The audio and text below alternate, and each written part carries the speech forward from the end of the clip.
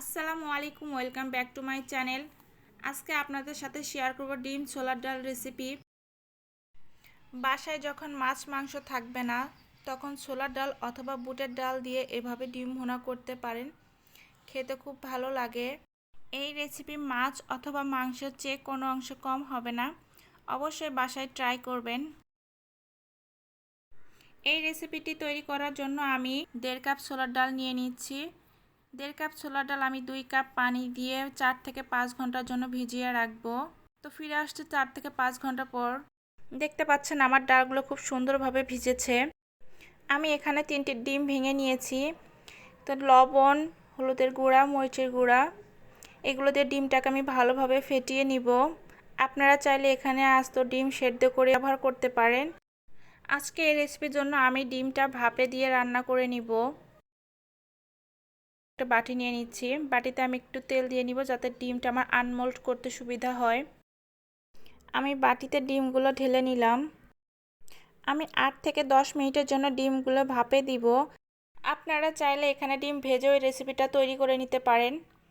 তো আমার ডিম ভাপানো শেষ, মাশাআল্লাহ অনেক সুন্দর হয়েছে।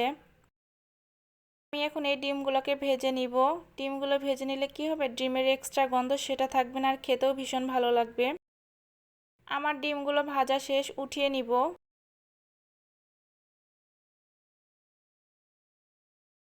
আমি এখানে দিয়ে দিচ্ছি 1/2 কাপ পেঁয়াজ কুচি, কিছু আস্ত গরম মশলা।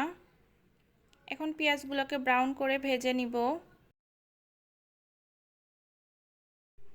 দিয়ে দিচ্ছি আদা রসুন বাটা, পরিমাণ মতো লবণ, হলুদের গুঁড়া, মরিচের গুঁড়া, ধনিয়া গুঁড়া, জিরার গুঁড়া।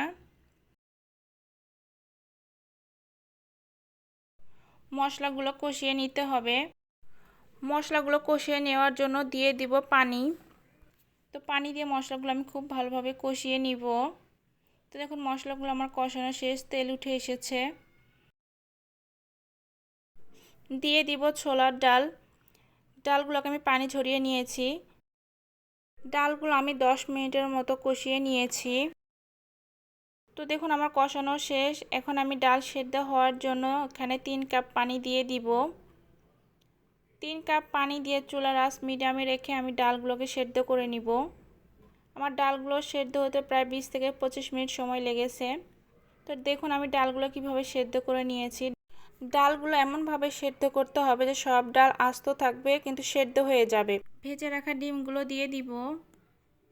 আমি এখানে দিয়ে দিচ্ছি 3টি কাঁচামরিচ। আস্ত জিরা ভেজে গুঁড়া করে নিয়েছি, সেটা দিয়ে দিব।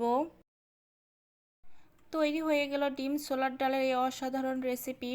বাসায় মাছ মাংস না থাকলে অবশ্যই এই রেসিপিটা ট্রাই করবেন। এই রেসিপি রুটি বা পরোটার সাথে খেতেও ভীষণ ভালো লাগে।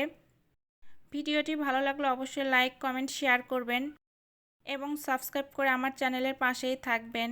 অসংখ্য ধন্যবাদ ভিডিওটি এতক্ষণ দেখার জন্য।